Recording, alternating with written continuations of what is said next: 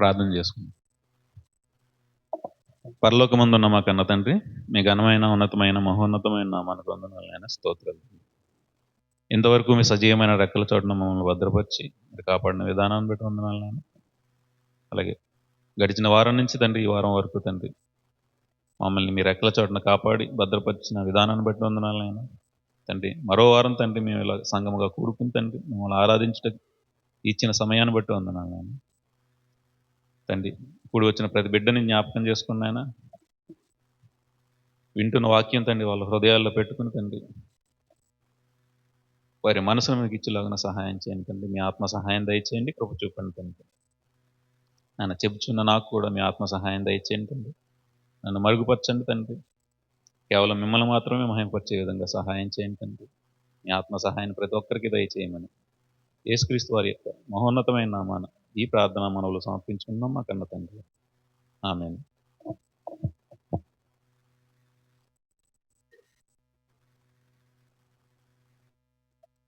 Timothy గారు రాసిన రెండో పత్రిక, తిమోతి గారు రాసిన రెండో పత్రిక 2వ అధ్యాయం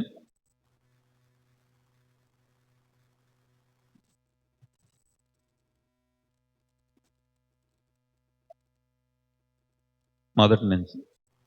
నా కుమారుడా, క్రీస్తు యేసునందున్న కృపచేత బలవంతుడు కమ్ము. నీవు అనేక సాక్షులు ఎదుట నా వలన వినిన సంగతులను ఇతరులకును బోధించుటకు సామర్థ్యము గల నమ్మకమైన మనుషులకు అప్పగింపు. క్రీస్తు యేసు యొక్క మంచి సైనికుని వలె నాతో కూడా శ్రమను అనుభవించము. సైనికుడు ఎవడును యుద్ధముకు పోయినప్పుడు తను దండులో చేర్చుకున్న వాడిని సంతోష పెట్టవలనని ఈ జీవన వ్యాపారంలో చిక్కుకొనడు. మరియు జటి అయిన వాడు పోరాడినప్పుడు నియమం ప్రకారం పోరాడుకుంటే వానికి కిరీటం దొరకదు. పౌలు గారు తిమోతి గారికి చెప్తున్నారు, నువ్వు బలవంతుడు కమ్ము. యేసుక్రీస్తు వారి యందు కృపయందు నువ్వు బలవంతుడు కమ్ము. ఆయన కృపలో నువ్వు బలవంతుడు అయితే మంచి పోరాడడానికి మనకి ఆయన శక్తినిస్తాడు. ఇక్కడ పౌలు గారు ఏమంటున్నారు, క్రీస్తు యేసు యొక్క మంచి సైనికుని వలె నాతో కూడా శ్రమను అనుభవించుము. యేసు ప్రభు వారి సైనికునిగా ఉండాలంటే మనం ఎలా ఉండాలి? శ్రమ అనుభవించేవారిగా మనం సిద్ధంగా ఉండాలి. ప్రభు యొక్క పనిలోకి వచ్చిన తర్వాత మనకి ఇందులో సుఖాలు సంతోషాలు ఉంటాయంటే వాటి వెనక పరిగెట్టకూడదు. వాటి వెనక పరిగెడడానికి ఇక్కడికి వస్తే అక్కడ అది దొరకదు. మనం ఇక్కడ శ్రమ అనుభవించి కష్టం అనుభవించి మన ఆయన పని సంపూర్ణంగా పూర్తి చేస్తే మనకి నిత్య జీవంలో మనకు సంతోషము, దుఃఖమైన అక్కడ ఉండదు, సంతోషం ఉంటుంది మనకి. అక్కడ కన్నీళ్ళు కానీ ఆకలి దప్పులు కానీ ఏడుపు కానీ ఏమీ ఉండవు. మన సంతోషం ఎక్కడ ఉంటుంది?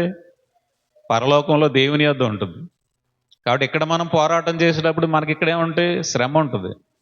పౌలు గారు ఏమంటున్నారు, క్రీస్తు యేసు యొక్క మంచి సైనికుని వలె నాతో కూడా శ్రమ అనుభవించు. ఆయన యొక్క సైనికునిగా ఉండాలి అంటే మనం పోరాటంలో యుద్ధానికి వెళ్ళినప్పుడు యుద్ధంలో మనకు ఎలా ఉంటుంది? హాయిగా కూర్చుని తిరగడానికి ఉంటుందా? పోరాటం అంటే యుద్ధం అంటే ఎలా ఉంటుంది? మన శత్రువు ఎలా ఉంటాడు? ఆపోజిషన్ శత్రువు కూర్చొనేవాడు కదా, వాడు మనల్ని పరిగెట్టిస్తాడు. యుద్ధానికి వెళ్ళినప్పుడు అక్కడ కూర్చుని సంతోషించడానికి ఉంటుంది, శ్రమ ఉంటుంది. అక్కడ పరిగెట్టాలి, యుద్ధం చేయాలి. యుద్ధం చేస్తే మనకేముంటుంది? శ్రమ ఉంటుంది. పోరాడాలి. అక్కడ పోరాడకపోతే అక్కడ శత్రువు చేతిలో మనం ఓడిపోతాం, గెలుపు రాదు. కాబట్టి క్రీస్తు యేసుని యొక్క సైనికుని వలె నువ్వు పోరాడాలి, శ్రమ అనుభవించాలి. పోరాడితే మనకు శ్రమ ఉంటుంది. పోరాడితే శ్రమ ఉంటుంది. ఇక్కడ శ్రమ ఉన్న తర్వాత మనకు వచ్చే దాని ఫలితం నిత్యజీవం. కాబట్టి క్రీస్తు యేసుని యొక్క మంచి సైనికుని వలె నాతో కూడా శ్రమ అనుభవించుము. సైనికుడు ఎవడును యుద్ధముకు పోయినప్పుడు తన్ను దండులో చేర్చుకుని వాడిని సంతోష పెట్టవలనని ఈ జీవన వ్యాపారాల్లో చిక్కుకొనడు. నన్ను సైనికుగా చేర్చుకున్నప్పుడు అతన్ని సంతోష పెట్టాలని నేను ఈ జీవన వ్యాపారాల్లో చిక్కుకుంటే నేను యుద్ధంలో పోరాడలేను. ఈ జీవన సంబంధమైన వ్యాపారాల్లో చిక్కుకున్నాము అంటే అతను సంతోషపెట్టాలని, యుద్ధంలో పోరాడితే అతను సంతోషపెట్టగలం, కానీ ఈ జీవన సంబంధమైన వాటిలో చిక్కుకుంటే ఏమవుతాం? పోరాడలేం. పోరాడాలంటే కష్టపడాలి, శ్రమ అనుభవించాలి. యుద్ధానికి వెళ్ళిన తర్వాత నేను లోకంలోకి వెళ్ళి సంపాదించుకొస్తానని, అతనికి ఏదో బహుమతులు ఇస్తానని, అతన్ని ఏదో సంతోష పెట్టాలని జీవన వ్యాపారంలో చిక్కున్నామంటే అందులోనే ఉండిపోతాం, పోరాడలేము. మరియు జట్టి అయిన వాడు పోరాడినప్పుడు నియమము ప్రకారం పోరాడుకుంటే వానికి కిరీటం దక్కదు.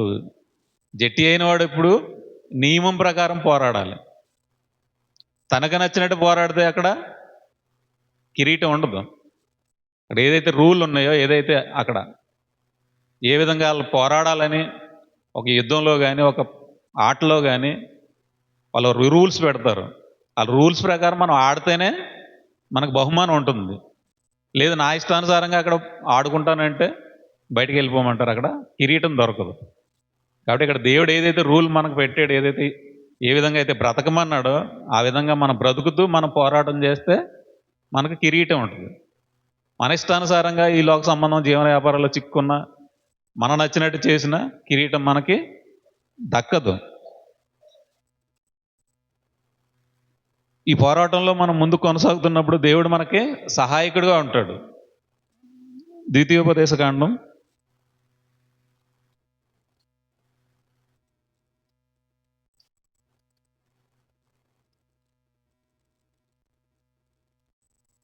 20వ అధ్యాయం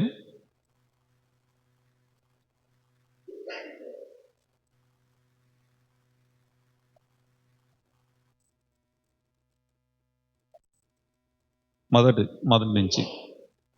నీవు నీ శత్రువులతో యుద్ధమునకు పోయి గుర్రములను రథములను మీకంటే విస్తారమైన జనమును చూచినప్పుడు వారికి భయపడవద్దు. నువ్వు యుద్ధానికి వెళ్ళినప్పుడు దేవుడు ఏమంటున్నాడు? అక్కడ నీ ముందున్న గుర్రాలు కానీ రథములు కానీ నీ కంటికి విస్తారంగా కనిపిస్తుంటే నువ్వు భయపడకు. ఐగుప్తు దేశంలో నిన్ను రప్పించిన నీ దేవుడైన యెహోవా నీకు తోడై ఉండును. లోకమనే ఐగుప్తు నుంచి మనల్ని దేవుడు రప్పించాడు. ఆయన మనకు ఎల్లప్పుడూ తోడుగా ఉంటాడు. అంతేకాదు, మీరు యుద్ధమునకు సమీపించినప్పుడు యాజకుడి దగ్గరకు వచ్చి ప్రజలతో ఇలాగ చెప్పవలను, ఇజ్రాయేలులారా వినుడి, నేడు మీరు మీ శత్రువులతో యుద్ధము చేయుటకు సమీపించున్నారు. మీ హృదయములు జంకనీయుకుడి, భయపడుకుడి, వనకుడి, వారి ముఖమును చూచి బెదరకుడి. మీ కొరకు మీ శత్రువులతో యుద్ధము చేసి మిమ్మల్ని రక్షించేవాడు మీ దేవుడైన యెహోవాయే. మనం యుద్ధానికి వెళ్ళినప్పుడు మన ముందున్న శత్రువుని చూసి మనం భయపడవద్దు, వనకవద్దు, జంకవద్దు.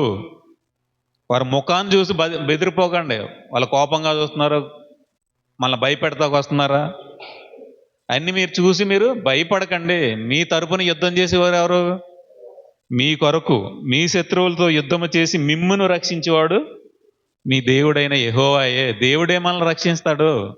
మనం ఎక్కడ ఏం చేయాలి? వాళ్ళు ఎదురుగా ఉన్నవాళ్ళు మహాసైన్యంగా ఉన్నారా, ఒక్కరున్నారా, 10 మంది ఉన్నారా, ఇది కాదు. వాళ్ళ ముఖాలు చూసి మనం భయపడకూడదు. దేవుడు మన వెనకున్నాడని, మన దేవుని మనకు తోడున్నాడని మనం ధైర్యంగా ముందుకు వెళ్తే దేవుడే మన తరపున యుద్ధం చేసి మనల్ని గెలిపిస్తాడు. పోరాటంలో మనకు కావాల్సింది ధైర్యం. ధైర్యంగా మనం పోరాడినప్పుడు దేవుడు మనకు సహాయకుడిగా ఉంటాడు. 8వ వచనం,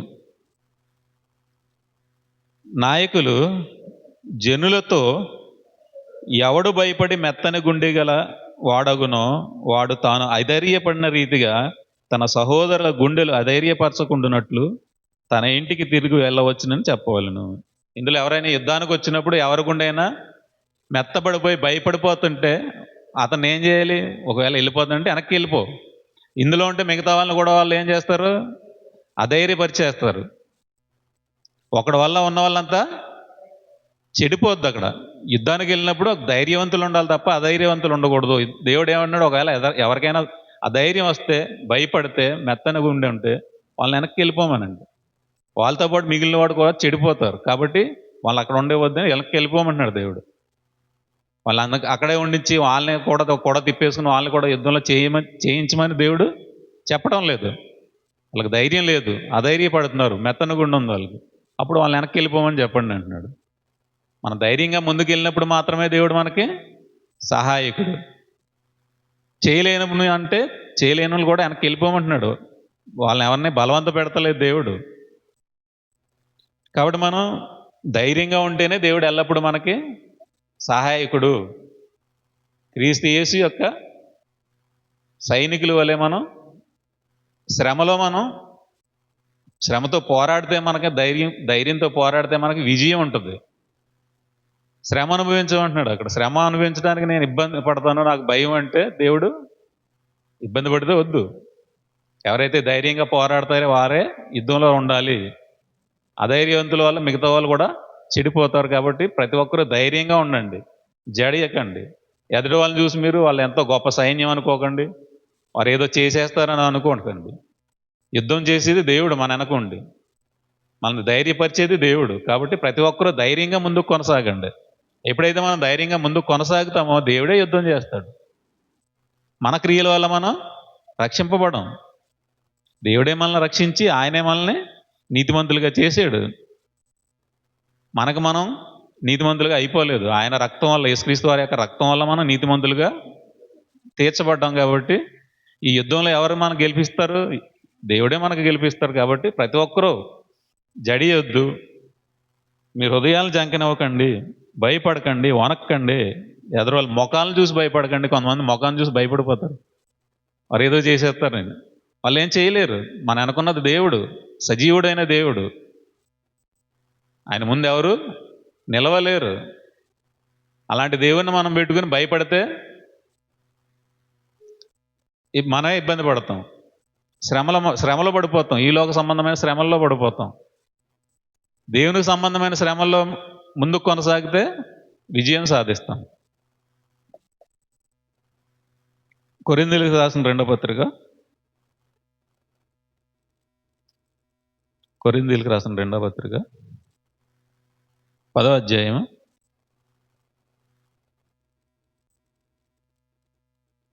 3వ వచనం. మేము శరీరదారులమై నడుచుకొనుచున్నను శరీర ప్రకారము యుద్ధము చేయము. మేము శరీరదారులమై నడుచుకున్నట్లు కనపడినామేమో, మా యుద్ధం ఎలాంటిది? శరీర సంబంధమైంది కాదు. మీ శరీర ప్రకారం యుద్ధము చేయము. మా యుద్ధోపకరణములు శరీర సంబంధమైనవి కావు గాని దేవుని ఎదుట దుర్గములను పడద్రోయజాలినంత బలము కలవై ఉన్నవి. మేము వితర్కములను, దేవుని గూర్చిన జ్ఞానమును అడ్డగించి ప్రతి ఆటంకమును పడద్రోసి ప్రతి ఆలోచనను క్రీస్తుకు లోబడినట్లు చెరపట్టి మీరు సంపూర్ణ విధేయతను కనపరిచినప్పుడు సమస్తమైన అవిధేయతకు ప్రతిదండన సిద్ధపడి ఉన్నాము. అంటే ఇక్కడ మనం శరీరానుసారంగా నడుస్తున్నా ఎలాంటి వాళ్ళు? మనం శరీర సంబంధంగా యుద్ధం చేసేవారు కాదు, ఆత్మ సంబంధంగా యుద్ధం చేసేవారము. కంటికి ఎలా కనపడుతుంది? శరీర సంబంధంగానే కనపడదు. కానీ ఇక్కడ యుద్ధం ఎలా ఉంటుంది? ఆత్మ సంబంధమైన యుద్ధం ఉంటుంది. మా యుద్ధోపకరణంలో శరీర సంబంధమైనవి కావు, కత్తులతోనో కర్రలతోనో చేసే యుద్ధము కాదు. ఇది దేవుని ఎదుట దుర్గంలో పడద్రోయజాలినంత బలము కలవై ఉన్నవి. ఎలాంటి సాతాను మన ముందు కట్టే దుర్గాలను ఏం చేస్తుంది? ఇది పడద్రోసే అంత శక్తి కలవై ఉంటాయి. కంటికి కనిపించవు. ఈ యుద్ధ ఉపకరణాలు, ఈ ఆయుధాలు మనిషికి కంటికి కనిపించవు. కత్తో కర్ర ఇచ్చుకుంటూ చూపిస్తే కనపడుద్ది కదా. ఈ ఆత్మ సంబంధమైన యుద్ధం ఎలా ఉంటుంది? కంటికి కనిపించదు. కంటికి కనిపించదు కాబట్టి మనిషి భయపడిపోతున్నాడు. కత్తి కర్ర వేసుకుని వెళ్ళమంటే ఇది నాకు సపోర్ట్ చేస్తుందని పట్టుకుని వెళ్ళిపోతాడు ఇది ధైర్యంగా. కాబట్టి దేవుడు ఏమంటున్నాడు? ఈ కంటికి కనిపించేవి కావు ఇవి. ఆత్మ సంబంధంగా నువ్వు ధైర్యంగా ముందుకు కొనసాగినప్పుడు మాత్రమే ఇవి నీకు ఆచరణలోకి వస్తాయి. ఎప్పుడైతే భయపడతావో ఈ యుద్ధ ఉపకరణాలు మనకి వాడుకున్నటకు రావు. అక్కడ ఆయా సమయాల్లో మన వాక్యం మనకి గుర్తు రావాలి అంటే శత్రువు ముందు మనం ఎలా ఉండాలి? ఆత్మ సంబంధంగా దేవుని మీద ఆధారపడి ఉండాలి. యుద్ధం మనల్ని గెలిపించేవాడు దేవుడు కాబట్టి ఈ యుద్ధోపకరణాలు ఎవరిస్తారు మనకి? దేవుడే ఇస్తాడు. కాబట్టి ఈ యుద్ధోపకరణాలు మనకు కంటికి కనిపించవు కాబట్టి ప్రతి ఒక్కరూ ఎలా పోరాడాలి? ఆత్మ సంబంధంగా పోరాడాలి. కంటికి కనిపించే వాటిని అయితే ఎవరైనా పుచ్చుకుని వెళ్ళి యుద్ధం చేస్తారు. కంటికి కనిపించిన వాటిని మనం పట్టుకుని వెళ్ళి మనం యుద్ధం చేయాలి. ఇక్కడ అవి ఎలాంటివి? ఎఫ్ఎస్సి పత్రిక, ఎఫ్ఎస్సీలు రాసిన పత్రిక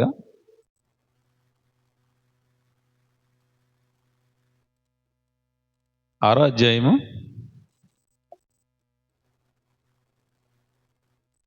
10వ వచనం.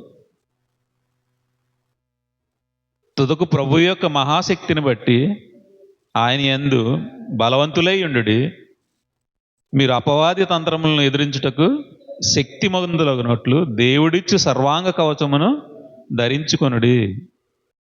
ఏలయనగా మనము పోరాడినది శరీరులతో కాదు కానీ ప్రధానులతోనూ అధికారులతోనూ ప్రస్తుత అంధకార సంబంధులకు లోకనాథులతోనూ ఆకాశ మండలములందున్న దురాత్మల సమూహములతోనూ పోరాడుచున్నాము. మనం ఎలా పోరాడుతున్నాం? ఈ లోక సంబంధమైన వాటితో పోరాడుతున్నావా? ఏలయనగా మనం పోరాడినది శరీరులతో కాదు కానీ ప్రధానులతోనూ అధికారులతోనూ ప్రస్తుత అంధకార సంబంధులకు లోకనాథులతోనూ ఆకాశ మండలముందున్న దురాత్మల సమూహములతోనూ మనం పోరాడుతున్నాం.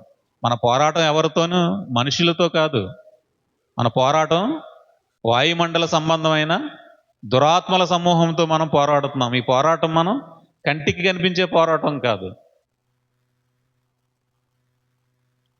ప్రతి ఒక్కరూ ఏమనుకుంటారు? ఒకటి కొట్టేసి వస్తే అయిపోద్ది అనుకుంటారు. కాబట్టి ఇది అలాంటిది కాదు. ఈ పోరాటం కంటికి కనిపించదు. మన తోటి ఉన్న సహోదరులను ప్రేమిస్తేనే మనకు ఆయుధాలు బలం అవుతాయి. మన కంటి ముందున్న సహోదరుని ప్రేమించలేకపోతే ఈ ఆయుధాలు మనకి నిర్వీర్యం అయిపోతాయి.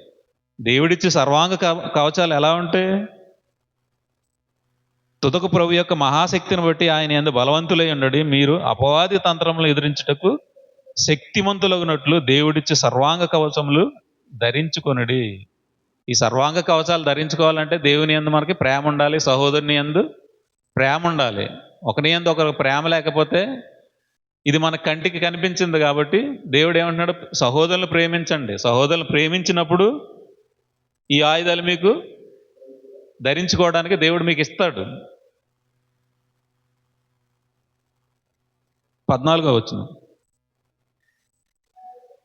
ఎలాగనగా మీ నడుమునకు సత్యమును దట్టు కట్టుకుని నీతి అని మైవను తొడుక్కుని పాదములకు సమాధాన సువార్తల వలనైన సిద్ధ మనసును జోడు తొడుక్కుని నిలువబడుడి. ఇవన్నీయుగాక విశ్వాసమును డాలు పట్టుకొనుడి, దానితో మీరు దుష్టుని అగ్నిబాలములన్నిటినీ ఆర్పుటకు శక్తిమంతులగుదురు. మరియు రక్షణ అను శిరస్రానమును దేవుని వాక్యమును ఆత్మ ఖడ్గమును ధరించుకొనుడి. ఇక్కడ ఎలాంటి దేవుడిచ్చే సర్వాంగ కవచాలు ఎలాంటివి? మనం ధరించుకోవాల్సిన ఆయుధాలు ఎలాంటివి? కంటికి కనిపించేవి కాదు. కంటికి కనిపించని దేవుడిచ్చే ఆయుధాలు. నడుమునకు సత్యమని దట్టుని కట్టుకోమంటున్నాడు. మన నడానికి సత్యము, వాక్యం అనే దట్టిని. దట్టి అంటే వస్త్రములు, బెల్ట్ టైపు. బెల్ట్ గట్టిగా పెట్టుకుంటే మనకి నడుము బిగువుగా ఉంటుంది. ఏదైనా పని చేయడానికైనా, యుద్ధానికి వెళ్ళేటప్పుడైనా ఏం చేస్తారు? ఇప్పుడు ఎక్సర్సైజ్ చేస్తారు. ఎక్సర్సైజ్ చేసేటప్పుడు ఏం కావాలి? బెల్ట్ కావాలి. బెల్ట్ లేకపోతే ఎక్సర్సైజ్ చేయలేరు. అలాగే యుద్ధానికి వెళ్ళినప్పుడు కూడా దేవుడు ఏమన్నాడు? సత్యమనే వాక్యమనే బెల్ట్ని మీరు దట్టిని కట్టుకోండి. నీతి అను మైవను తొడుక్కోండి. నీతి అను చెస్ట్కి నీతి అనే, యుద్ధానికి వెళ్ళినప్పుడు చెస్ట్కి ఒక రకమైన ఒక ఆయుధం ఉంటుంది, మైమరు. అది తొడుక్కుంటే ఎదడోళ్ళు వేసిన బాణాలు మనకి గుచ్చుకోకుండా ఉంటాయి. నీతి అని మైమరు తొడుక్కోండి. నీతి ఉంటే మనకి యేసుక్రీస్తు వారి యొక్క నీతి మనకుంటే సాతాను వేసే బాణాలు మనకి తగలవు. అలాగే పాదములకు సమాధాన సువార్త వలనైనా సిద్ధ మనసు అను జోడు తొడుక్కుని నిలబడాడు. సమాధానం సువార్త అనే సిద్ధ మనసు అనే జోడును తొడుక్కోమన్నాడు. మనకు కాళ్ళకి జోడు ఉండాలి. ఆ జోడు ఎలాంటిది? సమాధాన సువార్త అనే సిద్ధ మనసు కావాలి. మనకు సిద్ధ మనసు లేకపోతే సువార్త మనం ప్రకటించలేము. మనలో సమాధానం లేకపోయినా, సిద్ధ మనసు లేకపోయినా సువార్తను మనం తీసుకెళ్ళలేము, ప్రజలకి తెలియజేయలేము. మనలో మనకి సమాధానం లేకపోయినా, సిద్ధ మనసు లేకపోయినా మనలో గలిబిలి ఉంటుంది. ఆ గలిబిలి ఉన్నప్పుడు దేవుని పని మనం సరైన రీతిలో మనం చేయలేము. సమాధానం అనే సువార్త ఉండాలి, సిద్ధ మనసు ఉండాలి మనకి. ఇవన్నీ కాక విశ్వాసం అనే డాలును పట్టుకోవాలి. విశ్వాసం అనే డాలు మనకు చేతిలో ఉన్నప్పుడు ఎంతటి వారు మనం ముందుకు నిలబడ్డా మనం ధైర్యంగా వారి ముందు వెళ్ళి యుద్ధానికి సిద్ధపడి జయించి వస్తాం. మనలో విశ్వాసం లేనప్పుడు మనలో భయాలు, బెదుర్లు ఉంటాయి. కాబట్టి దేవుడు ఏమన్నాడు? విశ్వాసం అనే డాల్ను మీరు పట్టుకోండి. దానితో మీరు దుష్టుని అగ్ని బాణములన్నిటినీ ఆర్పివేయ శక్తిమంతులు అవుతారు. మన ముందున్న సాతాను ఎంత గొప్పవైన అగ్నిబాణాలు వేసినా మనం దాన్ని ఎలా ఎదుర్కోగలం? విశ్వాసం అనే డాలుతో మాత్రమే మనం దాన్ని ఎదుర్కోగలం. విశ్వాసం మన దగ్గర లేనప్పుడు మన శత్రువు వేసే అగ్నిబాణాలు మనల్ని దహించి వేస్తాయి. కాబట్టి మన విశ్వాసం అనే డాలు మన చేతి పట్టుకుని ముందుకు కొనసాగాలి. రక్షణను శిరస్రానము దేవుని వాక్యమైన ఆత్మ ఖడ్గము ధరించుకునుడి. రక్షణ అనే శిరస్రానం మనకు లేకపోతే హెల్మెట్, అపవాదేసే బాణాలు మనకి తగులుతాయి. హెల్మెట్ లేకపోతే ఇప్పుడు బైక్ వేసుకుని వెళ్ళి బయటకు వెళ్ళినప్పుడు హెల్మెట్ లేకపోతే ఏమవుతుంది? పడిపోతే తలకు గాయం అవుతుంది. అలాగే రక్షణ అనేది మనకి క్రైస్తవుడికి చాలా ముఖ్యమైనది. రక్షణ లేకపోతే మనం దేవుడు మనల్ని రక్షించలేడు. ఎక్కడ దెబ్బ తగిలినా పర్లేదు తప్ప తలకి ఎక్కడ దెబ్బ తగిలినా బ్లడ్ క్లాట్ అయిపోయిందంటే మనిషికి ప్రాణానికి ప్రమాదం. కాబట్టి అన్నిటికైనా ముఖ్యమైనది ఏంటి? రక్షణ అనే శిరస్రానం మనకు ముఖ్యం. ఫస్ట్ రక్షణ మనం దాన్ని కాపాడుకున్నప్పుడు, రక్షణ మనం తీసుకున్నప్పుడు అది మనకి యుద్ధం చేసేటప్పుడు మనల్ని కాపాడద్దు. ఈ లోక సంబంధంగా మనం బయటకు వెళ్ళినప్పుడు, బైక్ మీద వెళ్ళినప్పుడు హెల్మెట్ మనల్ని కాపాడుతుంటే మరి ఆత్మ సంబంధంగా ఈ రక్షణ మనల్ని ఇంకెంత ఈ లోకం నుంచి కాపాడుతుంది. అలాగే దేవుని వాక్యమును ఆత్మ ఖడ్గమును ధరించుకోవాలండి. దేవుని వాక్యమనే ఆత్మ ఖడ్గాన్ని మనం ధరించుకుంటే ఎటువంటి సాతానేసే బాణాలు కానీ ఎటువంటివైనా మన ఆ ఖడ్గం చేత జయించవచ్చు, దాన్ని చీల్చేయవచ్చు.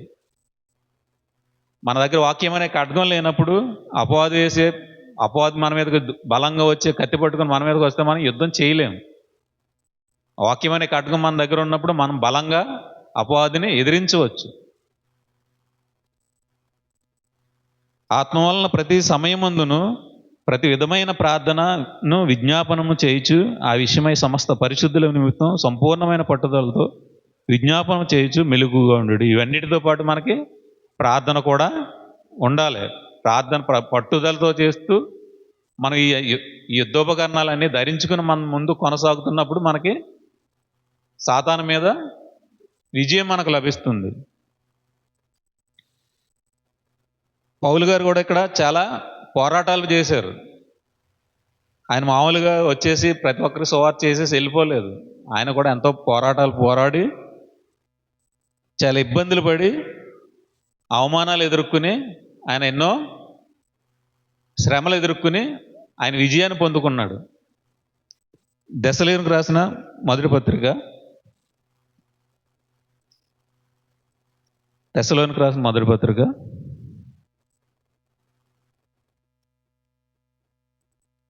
2వ అధ్యాయము 1 నుంచి. సహోదరులారా, మీ యొద్ద మా ప్రవేశము వ్యర్థం కాలేదు కానీ మీరు ఎరిగినట్టే మేము ఫిలిప్పీలో ముందు శ్రమపడి అవమానం పొంది ఎంతో పోరాటంతో దేవుని సువార్తను మీకు బోధించుటకై మన దేవుని యందు ధైర్యము తెచ్చుకుంటామని మీకు తెలియను. మీ యొద్దకు మా ప్రవేశం వ్యర్థం కాలేదు, కానీ మీరెరిగినట్లే మేము పిలిపిలో ముందు శ్రమపడి అవమానం పొందాము. సువార్త ప్రకటించడానికి శ్రమ పొందాము, అవమానాలు పొందాము. ఎంతో పోరాటంతో దేవుని సువార్తను మీకు బోధించుటకై మన దేవుని యందు ధైర్యం తెచ్చుకున్నాం. దేవుని యందు ధైర్యం తెచ్చుకుని అవమానాలు పొంది శ్రమ అనుభవించి మీ పోరాటం చేస్తే కానీ మీ వద్దకు మేము సువార్తని తేలేకపోయాము. ఇది అంత సులువుగా వచ్చిన సువార్త కాదు. ఎంతో పోరాటంతో, ఎన్నో శ్రమలతో, ఎన్నో అవమానాలతో మేము అన్ని అనుభవించి మీ వద్దకు ఈ సువార్తను తీసుకుని వచ్చాం. అంత ఈజీగా వచ్చిన సువార్త ఇది కాదు.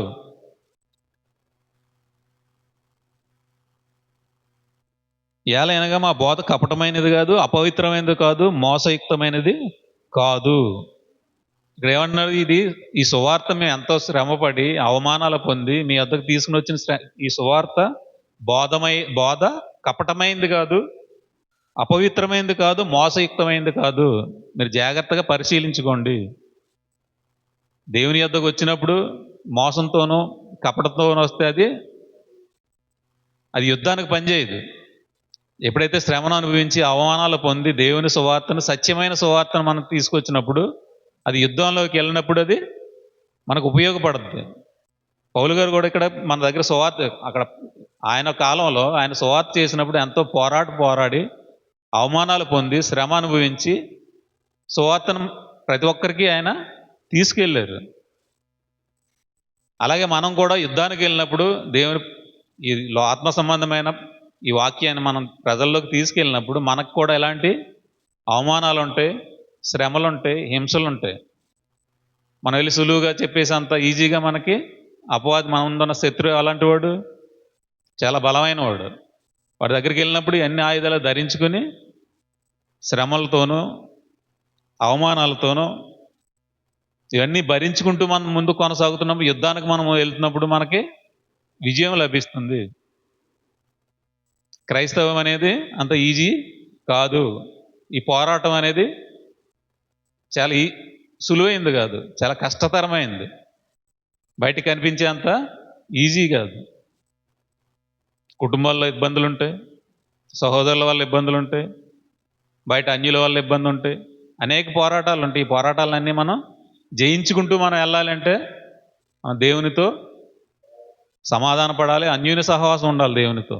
ఎల్లప్పుడూ ప్రార్థనలతోనూ యాచనలతోనూ ఆయన యందు సమాధానపడి మనం ముందు కొనసాగుతున్నప్పుడు ఆత్మ సహాయంతో మనం పోరాడగలం. లేకపోతే మనం ఈ పోరాటంలో ముందు కొనసాగలేము. దేవుడికి కావలసిన వాళ్ళు ఎలాంటి వాళ్ళు? యోధులు కావాలి, మంచి సైనికులు కావాలి. ముందే ఆయన సైనికులుగా రమ్మన్నప్పుడు ఏమంటున్నాడు? ఆయన క్రీస్తు యేసు సైనికుల వలె శ్రమ అనుభవించడానికి రమ్మంటున్నాడు. ఆయన ఇక్కడ సుఖాలు సంతోషాలు అనుభవించడానికి వద్దంటున్నాడు. ఇక్కడ సుఖాలు సంతోషాలు అనుభవించాలంటే ఇక్కడ ఆయన వద్దకే రావాల్సిన అవసరం లేదు. లోకంలో ఎలాగైనా బ్రతికితే మనకి సుఖాలు సంతోషాలు ఉంటాయి. మన సంతోషం ఎక్కడ? పరలోకంలో. ఆ పరలోకమందున్న సంతోషం మనకు కావాలి అంటే, ఆనందం మనకు కావాలంటే ఇక్కడ మనం శ్రమ అనుభవించాలి. శ్రమతో పాటు హింసలు కూడా ఉంటాయి. యేసు ప్రభువు వారు అన్నారు, ఎవరైనా శ్రమ అనుభవించితేనే దానికి ఫలితం ఉంటుంది.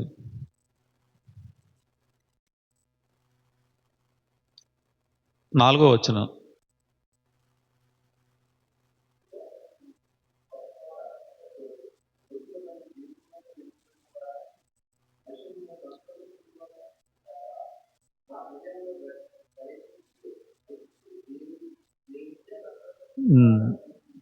మనం మనుషుల్ని సంతోషపెట్టి వారము కాక, ఎవరిని సంతోషపెట్టి వారుగా ఉన్నాం? దేవుని సంతోషపెట్టే వారుగా ఉంటేనే మనం యుద్ధంలో గెలుస్తాం. మనుషుల్ని సంతోషపెట్టే వారుగా ఉంటే మనం ఎంత మాత్రం యుద్ధంలో మనం గెలవలేము. యుద్ధంలోకి వెళ్ళినప్పుడు ప్రతి ఒక్కరూ కంపల్సరీ చూడవలసింది మనుషులు సంతోష పెట్టాలని మనం ఏ పని చేసినా ఈ ఆత్మ సంబంధమైన ఈ యుద్ధంలో గెలవము. దేవుని సంతోషపెట్టాలంటే ఏం చేయాలి? ఆత్మ సంబంధంగా మనం పోరాడాలి.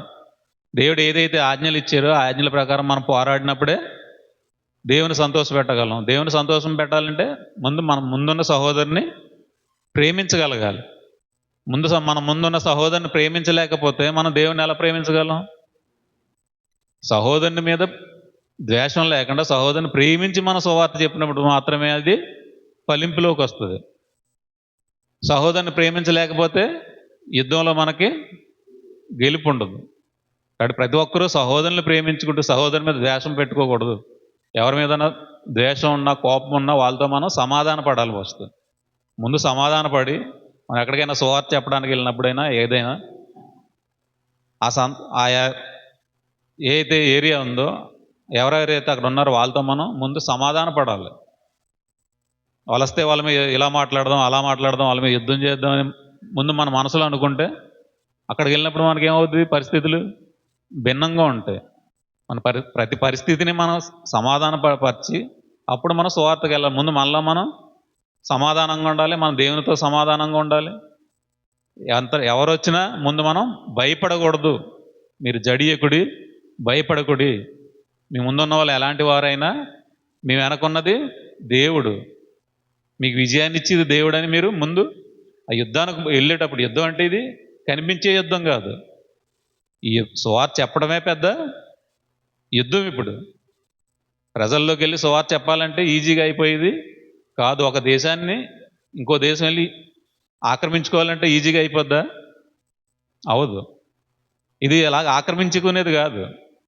ఒక యుద్ధం ఒక దేశం మీద వెళ్ళి పోరాడితే ఆ దేశాన్ని ఆక్రమించుకుంటాం. ఈ యుద్ధం ఎలాంటిది? సహోదరుల్ని అంధకార సంబంధమైన ఆ క్రియల్లోంచి బయటికి తీసుకురావడం. ఇది వాయుమండల సంబంధి చేతుల్లో ఉన్నారు, వీళ్ళు అంధకారంలో ఉన్నారు. వాళ్ళ మనోనేత్రాలకి గుడ్డితనం కలగజేసింది సాతాను. ఈ గుడ్డితనం కలగజేసిన వాళ్ళకి దేవుని వాక్యం అర్థం కాదు. వాళ్ళన్నీ మేమంతా బాగానే ఉన్నాం, మేము చేసే అన్నీ మంచియే, మేము నీతిగానే బ్రతుకుతున్నాం, ఇంకా మాకు ఇబ్బంది ఏంటంటున్నారు. వాళ్ళకి మనం తెలియజేయాలి. ఆ తెలియజేయడంలోనే యుద్ధం.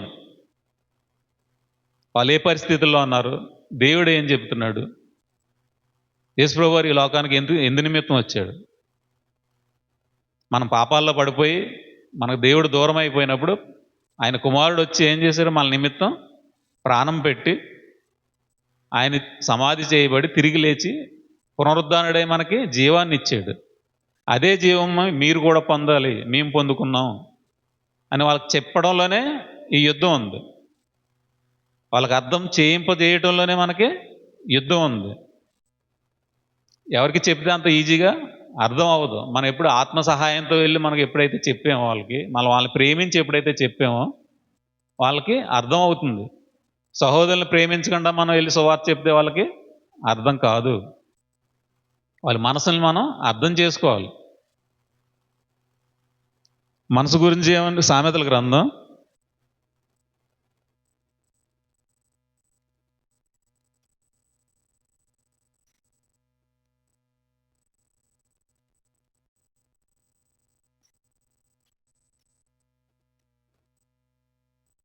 27వ అధ్యాయము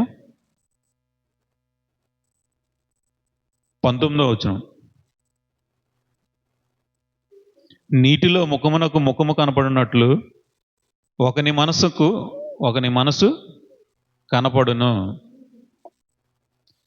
నీటిలో ముఖమునకు ముఖం ఎలా కనపడుద్ది? నీటిలో ముఖం పెట్టినప్పుడు తేటగా ఉన్న నీరులో మనం వెళ్ళి ముఖం అలా పెడితే ఎలా కనపడుద్ది? ముఖానికి ముఖం కనపడుద్ది. అలాగే ఒకని మనసునకు మరి ఒకని మనసు కూడా కనపడదు. ఎప్పుడు కనపడుద్ది? ప్రేమించినప్పుడు, మనస్సుతో ప్రేమించినప్పుడు. వాళ్ళ ముఖంలో ఉన్న వాళ్ళ మనసు మనకు అర్థం కావటం లేదంటే మనలో ఏదో లోపం ఉంది. ఆ లోపాన్ని సరిదిద్దుకోకపోతే మనం సహోదరుని ప్రేమించలేము. వాళ్ళ మనసు ఏదో మనం అర్థం చేసుకోలేము. కాబట్టి మనలో ఉన్న ప్రతి అపవిత్రతని, అవిధేయతని మనం ముందు తీసేసుకున్నప్పుడు సహోదరుని యొక్క మనసు మనకి తేటగా అర్థం అవుతుంది. అర్థం కావటం లేదు అంటే మనలో ఏదో లోపం ఉంది. మనలో లోపం పెట్టుకుని మనం యుద్ధానికి వెళ్దామంటే యుద్ధంలో మనం గెలుపు పొందలేము, విజయం మనం పొందలేము.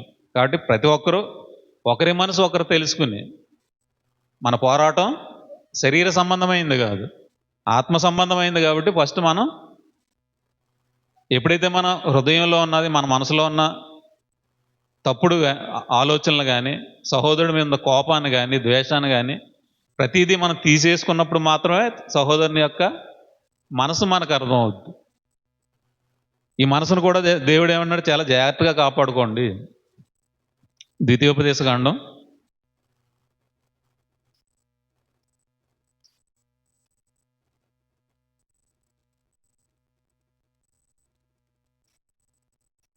4వ అధ్యాయము 9వ వచనం.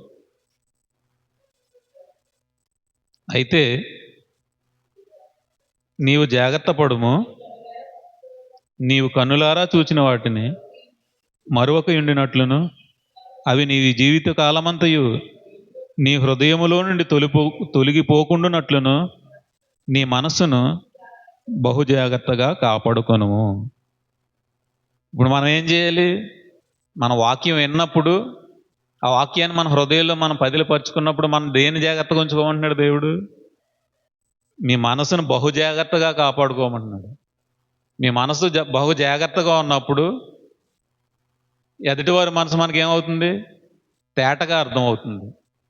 తేటగా అర్థమైనప్పుడు వాళ్ళు ఏ ఇబ్బందుల్లో ఉన్నారో, వాళ్ళకి ఏ వాక్యం చెప్పాలి, వాళ్ళని ఎలా ఆదరించాలి అనేది మనకి అర్థమవుతుంది. ఈ యుద్ధం అనేది ఎలాంటిది? కంటికి కనిపించేది కాదు. కాబట్టి మనసును అర్థం చేసుకునే యుద్ధం ఇది.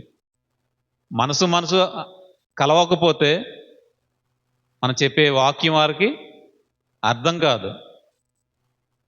ఎప్పుడైతే వాళ్ళ మనసులు మనం అర్థం చేసుకుని వెళ్తామో, వాళ్ళు ఏ పరిస్థితుల్లో ఉన్నారు, ఎలా ఉన్నారు అని మనం అర్థం చేసుకుని వాళ్ళకు వాక్యం చెప్పినప్పుడు మనకి అక్కడ ఫలితం కనపడుద్ది. ఇప్పుడు మనం పోరాడేది ఎవరితో పోరాడుతున్నాం? అపవాది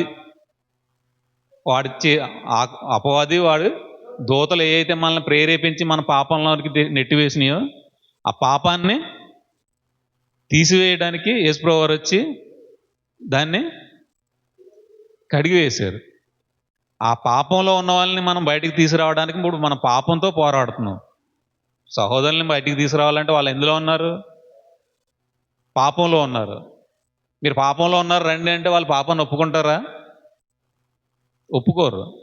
కాబట్టి వాళ్ళకి పాపాన్ని యొక్క ఆ ఉగ్రత ఎలాంటిది, దాని నుంచి వచ్చే ఆ మరణం ఎలాంటిది, మనం చనిపోయిన తర్వాత మనకి ఉన్న తీర్పు ఎలాంటిది అని వాళ్ళకి తెలియజేసి వారున్న ఆ స్థితి నుంచి మనం బయటికి తీసుకురాగలగాలి.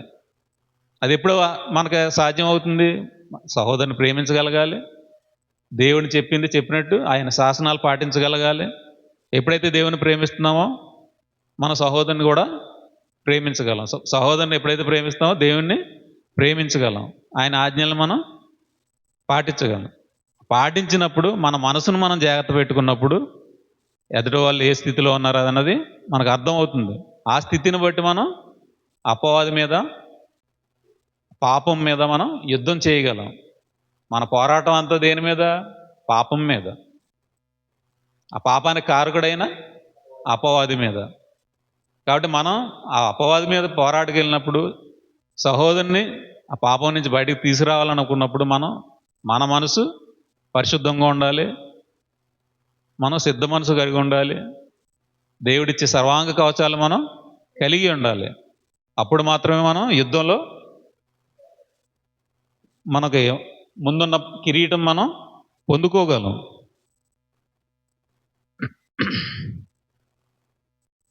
ప్రతి విషయంలో మనం సహోదరుని ప్రేమించగలిగితే, ఇప్పుడు మనం పాపం మీద యుద్ధానికి వెళ్తున్నాం.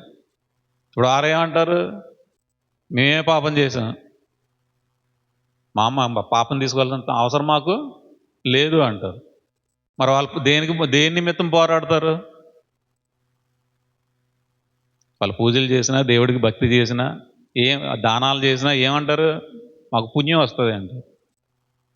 మరి నీకు పాపం లేనప్పుడు పుణ్యం అవసరం ఏముంది? ఏదో భక్తి చేస్తాం, ఏదో చేసుకుంటాం, మేము దానాలు చేస్తాం, దాన ధర్మాలు చేసుకుంటాం అంటున్నారు. ఇప్పుడు మనిషికి జబ్బు లేనప్పుడు మందు అవసరం ఏముంది? ఇప్పుడు నీకు మందు అవసరం అనుకుంటున్నావు, నువ్వు మందు కావాలని వెళ్తున్నావు, మరి నీ దగ్గర జబ్బు ఉంటే కదా మందు గురించి వెళ్తావు. ఓ మెడిసిన్ వెళ్తున్నావు మందుల షాప్కి. ఎందుకు వెళ్తావు అంటే నీకు పలానా మెడిసిన్ అంటావు. ఆ పలానా మెడిసిన్ దేని నిమిత్తం వేసుకుంటావు? నీలో జబ్బు ఉంటే వేసుకుంటావు వెళ్తావు. ఇప్పుడు నీలో జబ్బు లేనప్పుడు నీకు మెడిసిన్ అవసరం లేదు కదా. మరి నీలో పాపం లేదు అంటున్నావు, మరి పాపం లేనప్పుడు పుణ్యం అవసరం లేదు కదా. నువ్వు అలా బ్రతికేస్తే దేవుడి దగ్గరికి వెళ్ళిపోతావు. మరి ఎన్ని కార్యక్రమాలు చేయవలసిన అవసరం లేదు కదా. అంటే పాపాన్ని ఒప్పుకునే ఆ స్థితి మనిషికి లేదు. పాపాన్ని ఒప్పుకునే స్థితి కావాలి అంటే యేసు ప్రభు వారు మాత్రమే ఆ పాప ఒక స్థితిని ఒప్పించగలరు. ఎవరి ద్వారా? పరిశుద్ధాత్మ దేవుని ద్వారా. ఆయన వచ్చినప్పుడు పాపమును గూర్చి, లోకమును గూర్చి, తీర్పును గూర్చి ఒప్పింప చేయను ఆయన. అంటే ఆత్మ మనలో వచ్చినప్పుడు మాత్రమే అది పాపాన్ని చేయగలం. అలా వెళ్ళాలి అంటే ముందు మనలో ఆత్మ సహాయం ఉండాలి. ముందు మనం పాపాన్ని ఒప్పుకునే దాన్ని విడిచిపెట్టిన వారమే ఉండాలి. అలా ఉన్నప్పుడు మాత్రమే సహోదరునికి అర్థమయ్యేలా చెప్పగలం. నువ్వు పాపంలో ఉన్నావంటే ఎవరంత తేలిగ్గా ఒప్పుకోరు. ఈ యుద్ధం అంతా ఈజీ అయింది కాదు, ఈజీగా తేలిపోయేది కాదు, కంటికి కనిపించేది కాదు. ఇక్కడ సహోదరుని ప్రేమించాలి. సహోదరుని ప్రేమించాలంటే మన మనసుని జాగ్రత్తగా కాపాడుకోవాలి, తేటగా ఉంచుకోవాలి. ఆ తేటగా ఉంచుకున్నప్పుడు మాత్రమే మనం సహోదరుని అర్థం చేసుకుని వాళ్ళు ఏ స్థితిలో ఉన్నారు ఆ స్థితిని మనం అర్థం చేసుకున్న వారికి వాక్యాన్ని మనం చెప్పగలం.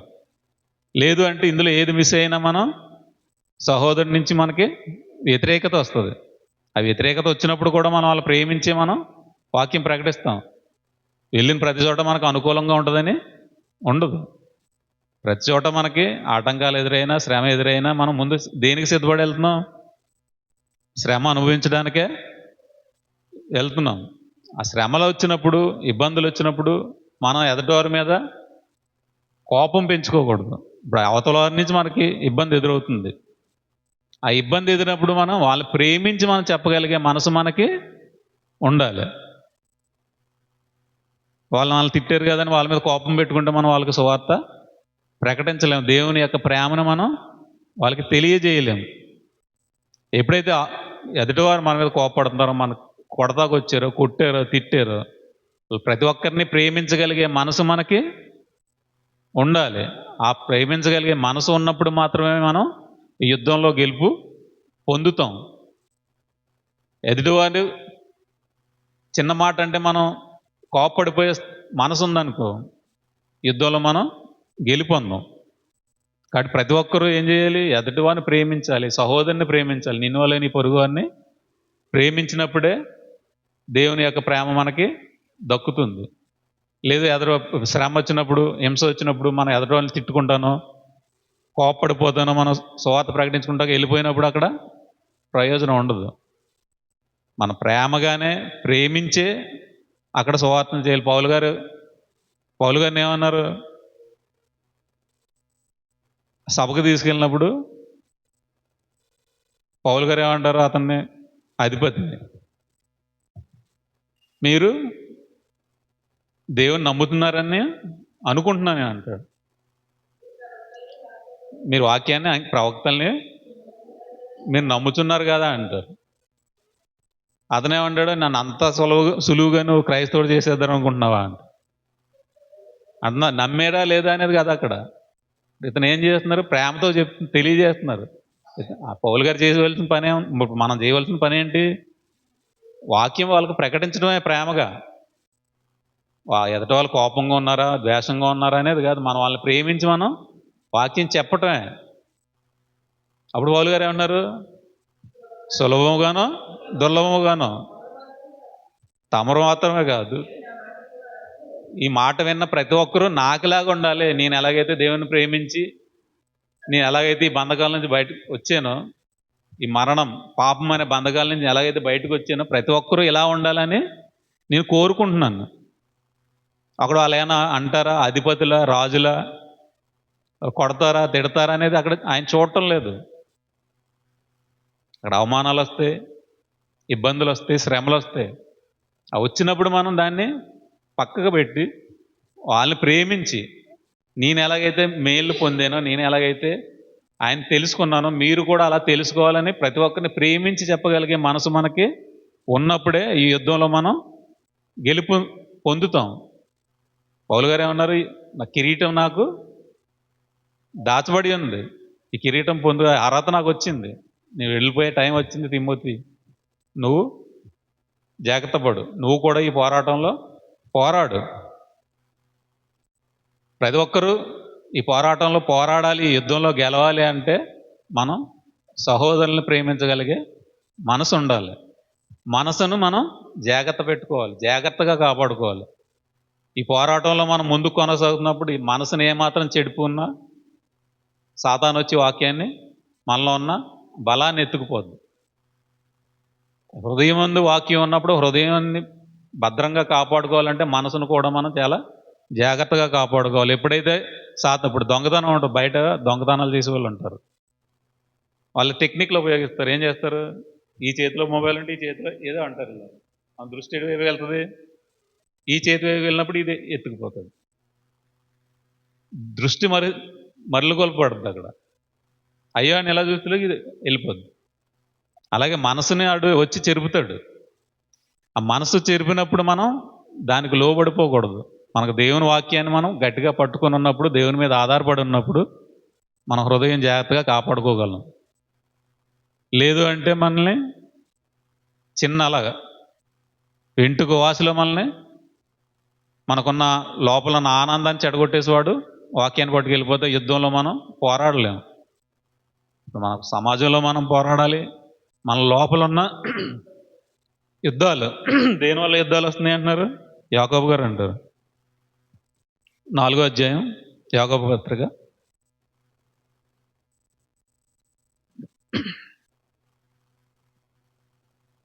4వ అధ్యాయం మొదటి నుంచి,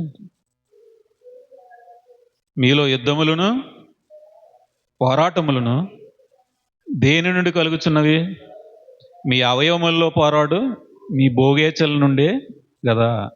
అంటే యుద్ధాలు పోరాటాలు మన లోపల ఈ వేటి వల్ల కలుగుతుంది? మనలో ఉన్న భోగేచ్ఛల వలన. ప్రతి ఒక్కరికి ఇదే సమస్య. వాళ్ళ లోపల ఉన్న భోగేచ్ఛల వల్ల ఈ పాపాలు జరుగుతున్నాయి. పాపం నుండి మనం మరణంలోకి జారిపోతున్నాం.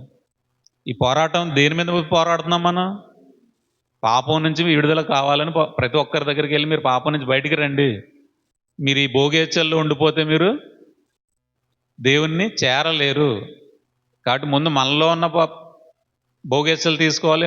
మనలో ఉన్న పోరాటాలని వీటన్నిటిని మనం ఫస్ట్ మనం శుద్ధపరచుకుని, మన మనసును మనం శుద్ధపరచుకుని, మన హృదయాన్ని శుద్ధపరచుకుని, మనం ఎప్పుడైతే సిద్ధ మనసు కలిగి ఉండి పరిశుద్ధంగా ఉంటామో అప్పుడు ఎదురు వాళ్ళు కూడా మనకి పరిశుద్ధంగా కనపడతారు, ప్రేమగా కనపడతారు. లేదు మనలో ఇవన్నీ ఈ అవయవాల్లో మనం పోరాటుకు మన వాక్యం ప్రకటించడానికి వెళ్తే వ్యతిరేకత ఉంటుంది తప్ప మనకు అక్కడ సరైన అవకాశం ఉండదు చెప్పడానికి. కోపాలు, ద్వేషాలు తప్ప అక్కడ యుద్ధంలో ఇప్పుడు సైనికుడు యుద్ధానికి వెళ్తాడు. యుద్ధానికి వెళ్ళినప్పుడు వెనక 100 రకాల ఆలోచనలు పెట్టుకుని వెళ్ళినప్పుడు యుద్ధం సరిగా చేయలేడు.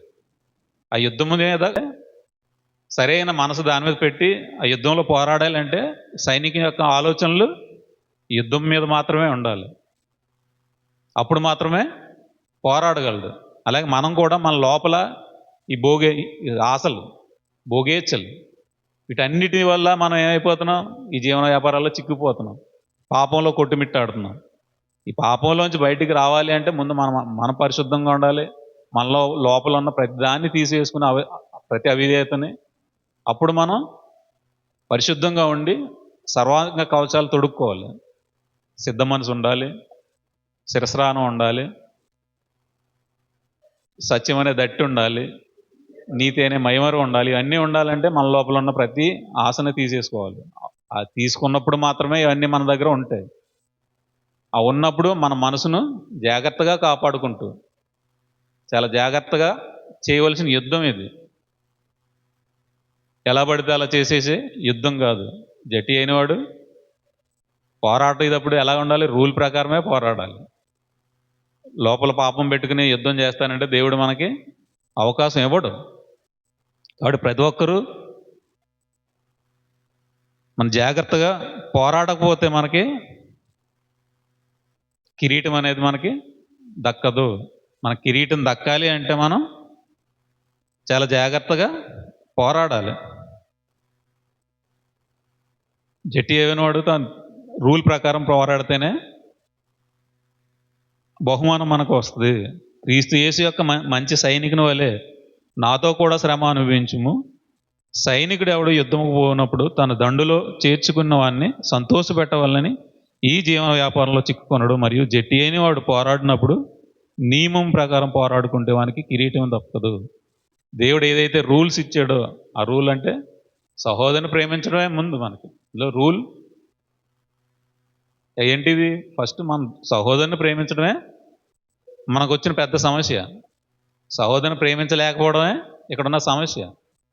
ఎందుకంటే మనలో పాపాలకు ఏదైనా అవకాశం ఉన్నా, ఆశలకు అవకాశం ఉన్నా ఎదుటివారిని మనం ప్రేమించలేము. ఎదుటివారిని ప్రేమించాలంటే ముందు మనం సరి చేసుకోవాలి. సరి చేసుకోకపోతే మనం ఎన్నటికీ సహోదరుని ప్రేమించలేం, యుద్ధంలో మనం గెలుపొందలేము. ఇప్పుడు మనకి సిద్ధ మనసు లోపల ఏదైతే మనం సహోదరుని ప్రేమించలేకపోతున్నామో స్వస్థతగా, ఇప్పుడు మనకి స్వస్థత కావాలన్నాడు దేవుడు. స్వస్థత కావాలంటే మన లోపల ఏం కావాలి? ఫస్ట్ మనకి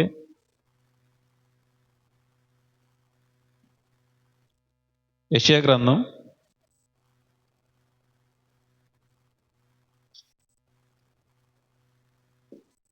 6వ అధ్యాయము 10వ వచనం. వారు కన్నులతో చూచి, చెవులతో విని, హృదయంతో గ్రహించి, మనసు మార్చుకొని స్వస్థత పొందకపోవునట్లు ఈ జనులు హృదయము క్రొవ్వు చేసి వారి చెవులు మందపరిచి వారి కన్నులు మూయించమని చెప్పాను. ఇక్కడ స్వస్థ మనసు కావాలంటే ఏం కావాలి? ఇప్పుడు మన కన్నులతో చూడాలి. కన్నులతో చూసింది ఏం చూస్తాం? వాక్యం చూసి చదువుకుంటాం. నెక్స్ట్ చెవులతో వినాలి. ఏం వింటాం? వాక్యాన్ని వింటాం. కన్నులతో చూసి చెవులతో వాక్యాన్ని వింటాం. అప్పుడు ఏం చేస్తావు? హృదయంతో గ్రహిస్తాం. మన చెవులు, మన కన్నులు వాక్యం అయిపోయినప్పుడు హృదయం ఏం చేస్తుంది? గ్రహింపు ఉంటుంది. హృదయం గ్రహించినప్పుడు, వాక్యాన్ని గ్రహించినప్పుడు మనసు మార్చబడుతుంది. ఆ మనసు మారినప్పుడు ఏమవుతుంది? మనకి స్వస్థత వస్తుంది. స్వస్థత మన మనసు ఉన్నప్పుడు, మనలో స్వస్థత ఉన్నప్పుడు మాత్రమే సహోదరుని ప్రేమించగలము. ఎప్పుడైతే దేవుని వాక్యాన్ని మనం విని, చెవులతో విని, కన్నులతో చూసి, హృదయంలో గ్రహింపు వచ్చినప్పుడు మాత్రమే మనసు మారుతుంది. మనసు మారకపోతే సహోదరుని ప్రేమించలేము. స్వస్థ మనసు మనకి ఉండదు, స్వస్థ బుద్ధి మనకి ఉండదు. స్వస్థ బుద్ధి ఉంటే మాత్రమే మనం దేవునిలో ముందుకు కొనసాగలము. స్వస్థ బుద్ధి లేనప్పుడు, గ్రహింపు లేనప్పుడు మన సహోదరుని ప్రేమించలేము. కాబట్టి ఈ యుద్ధం అనేది చాలా ఇబ్బందికర పరిస్థితుల్లోనే చేయవలసి ఉంటుంది. అంత ఈజీగా చేసేసేది కాదు.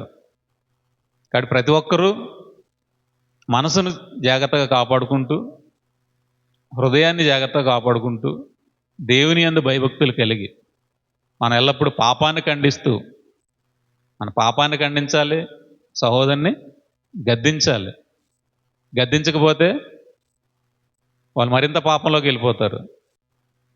ఆ గద్దించినప్పుడే మన మీదకి ఏమవుతుంది? పోరాటాలు వస్తాయి, యుద్ధం మన మీదకి వస్తుంది. పాపాన్ని ఖండించి మన సహోదరుని గద్దించినప్పుడు ఆటోమేటిక్గా యుద్ధం మన మీదకి వస్తుంది. ఆ యుద్ధం వచ్చినప్పుడు వాళ్ళు తిట్టినా, అవమానపరిచినా, కొట్టినా మనం సహించగలగాలి, వాళ్ళని ప్రేమించగలగాలి. ప్రేమించగలగాలి అంటే మనకి స్వస్థ బుద్ధి ఉండాలి, మనసు చెరుపుకోకూడదు. వాళ్ళు అన్నారు కదా అని మనసు చెరుపుకున్నామంటే మొత్తం అంతా చెడిపోద్ది. అక్కడ ఉన్నదంతా ప్రేమించలేము. మనసు ప్రతి ఒక్కరిని, సహోదరుని ప్రేమించలేము. కాబట్టి ప్రతి ఒక్కరూ ఈ మాటలు మీ మనసుల్లో ఉంచుకుని, దేవుడు మనకు ఏదైతే చెప్పాడో దాన్ని గ్రహించి ఆ విధంగా నడుచుకుంటారని ఆ వాక్యాన్ని ముగిస్తూ ప్రార్థన చేసుకుందాం. పరలోకమందు ఉన్న మా కన్న తండ్రి, మీ ఘనమైన, ఉన్నతమైన, మహోన్నతమైన నామానికి వందనాలైన స్తోత్రాలు. నాయన, మేము యుద్ధంలో పోరాడాలి అంటే తండ్రి మా మనసులు మేము ఎంతో జాగ్రత్తగా కాపాడుకోవాలి నాయన. మా మనసులు కాపాడుకుంటూ తండ్రి సహోదరులందరినీ ప్రేమించగలిగే మనసుతో మేము ముందుకు కొనసాగినప్పుడు మాత్రమే మీ యుద్ధంలో గెలుపు పొంది ఇరిచి కిరీటాన్ని పొందగలం నాయన. మా పోరాటం అంతా పాపం మీద, ఆ పాపాన్ని ప్రేరేపించే అంధకార సంబంధమైన శక్తుల మీద నాయన, మీ మనుషులతో కాదు నాయన పోరాడేది. ఆయన ప్రతి ఒక్కరి ఈ విషయాన్ని గ్రహింపులోకి తెచ్చుకుని తండ్రి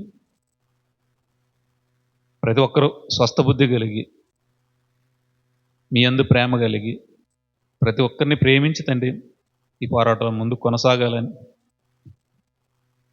అంటే మీ యొక్క మనసును అర్థం చేసుకుంటారని, మీరు ఎందు నిమిత్తం అయితే యేసుక్రీస్తు వారిని ఈ లోకానికి పంపారు, దేని నిమిత్తమై ఈ లోకానికి పంపారో అది ప్రతి ఒక్కరికి తెలియజేస్తండి. ఆయన ప్రతి ఒక్కరిని తండ్రి మీరున్న లోకానికి తీసుకురావడానికి తండ్రి మా వంతు తండ్రి కృషి మేము చేయడానికి కృప చూపండి, అయినా సహాయం చేయండి తండ్రి.